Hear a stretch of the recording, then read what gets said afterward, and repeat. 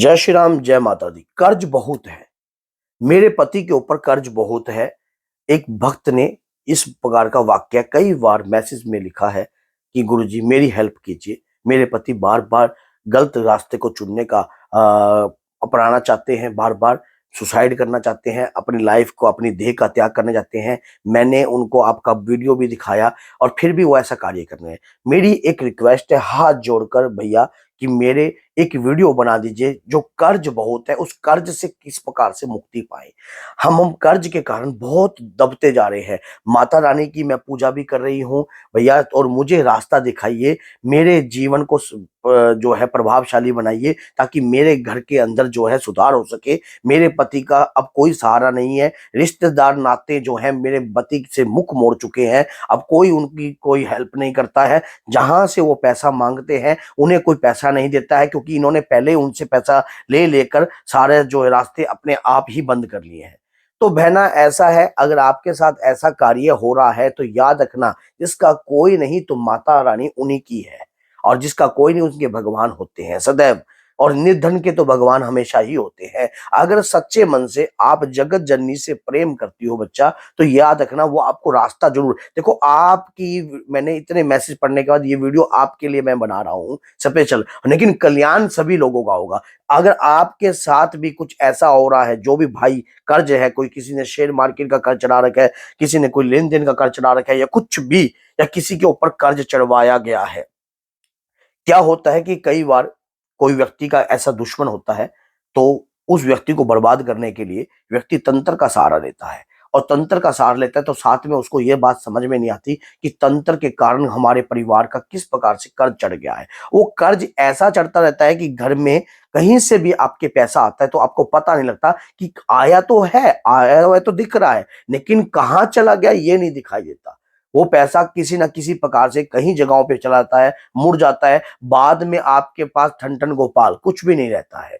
ऐसा बहुत बार है। कई भक्त जो है भगवान का ध्यान कर कर अपने कार्य को करते हैं, उसके बाद भी उसको लॉस झेलना पड़ जाता है, और फिर भी वो कर्ज जो है चढ़ता नहीं। देखो कई बार तो क्या होता है कि हमारे कर्म के अनुसार हमारे ऊपर कर्ज चढ़ता है, और कई बार ये कर्ज हमारे साथ लगाया गया होता है। लगाने वाले कोई दूर के व्यक्ति नहीं होते, जो हमारे जानते हैं, पहचानते हैं, या कभी हमारी किसी से कोई रंजिश या लड़ाई झगड़ा कुछ भी मुताबिक हुआ होता है। ऐसा व्यक्ति हमें बर्बाद करना चाहता है किसी न किसी कारण। तो वो व्यक्ति हमारे ऊपर एक प्रकार का इस प्रकार की क्रिया करवा देता है, जिसके कारण हमारी बुद्धि बंधन में हो जाती है, बुद्धि विवेक जो है शिथिल हो जाते हैं, वो कार्य नहीं करते हैं। हमारे सोचने समझने की शक्ति जो है वो भी छीन हो जाती है। हम सोचते कुछ हो रहे हैं, होता कुछ हो रहा है, होने वाला कुछ और होता है और आता कुछ हो रहा है। हमारा दिमाग काम करना बंद हो जाता है। ऐसी अवस्था भी अगर आपके साथ हो रही है, जिस प्रकार से बहना आपके पति के माइंड के अंदर ऐसे गलत रास्ते को चुनने का सहारा उत्पन्न हो रहा है, तो ये यहीं से ये चीजें उत्पन्न हो रही हैं कि इनके ऊपर कहीं ना कहीं जो है तंत्र की मार है, और ये कार्य जो है आपके ऊपर किया गया है। और कई बार अगर ये कार्य आपके साथ हुआ गया है, तो दादा वीर बजरंगी की कृपा से और माँ दुर्गा की कृपा से ये सब खत्म हो सकता है। माँ दुर्गा की शरण में जाने से जो बच्चा सच्चे मन से माँ दुर्गा को अपना बना लेता है, माता रानी की पूजा करता है, तो उसके ऊपर समस्त प्रकार का कर्ज जो है धुल जाता है। आपको क्या करना है?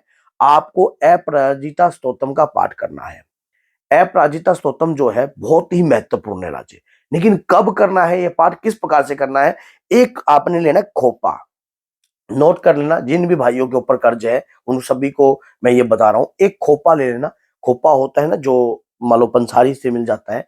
खोपा लेने के बाद उस खोपे को ऊपर के हिस्से से काट लीजिए। जिस दिन आप ये कार्य करोगे उस दिन वीरवार का दिन होना चाहिए। वीरवार का दिन होना चाहिए, और अपराजिता स्तोत्रम का पाठ जो है आपको कंटिन्यू रखना है अपने जीवन के अंदर। और आपने पंच मेवा लेनी है खोपे के साथ। खोपे को नहीं गिनना, खोपा छठा हो गया। उसके अलावा जो भी, जैसे कि आप काजू, बादाम, किशमिश, मिश्री, और उसके दौरान जो है आप अखरोट जरूर लेना है, अखरोट। और अगर जिनको भी लगता है कि उनकी बुद्धि में बंधन है, इस प्रकार से पंचमेवा आपने ले ली। अब ये पंचमेवा लेकर थोड़ी थोड़ी, ज्यादा नहीं, 10-10, 20-20 रुपए की अगर एकत्रित हो जाए, या 50 रुपए की अपने घर में ले आइए। ये कार्य आपको कंटिन्यू करना पड़ेगा, तो 50-60 रुपए की अपने घर में लाकर रख लीजिए। अपराजिता स्तोत्रम का पाठ सुबह कर लीजिए, उस दौरान वीरवार के दिन, और पाठ को कंटिन्यू रेगुलर अपने जीवन में रखना है। पाठ नहीं बंद करना है, पाठ बिल्कुल भी मत करना, बिल्कुल भी बंद मत करना। आपको अपने पति से भी ये पाठ करवाना है और खुद भी करना है। उसके अंदर देसी खांड भी लेनी है आपने। देसी खांड आपको पंसारी से मिल जाएगी, देसी खांड भी लेनी है।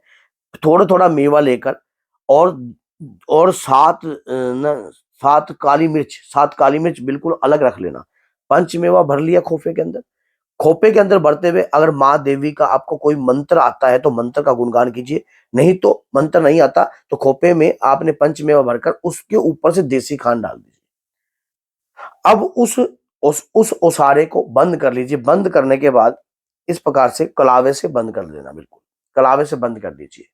बंद करने के बाद एक गांठ मार देना, लटकने जैसा बन जाएगा वो। अब अपने ऊपर से 7 दफे वार कर, 7 दफे वारना है, ऊपर से लेकर नीचे तक, ऊपर से लेकर नीचे तक 7 दफे वारना है।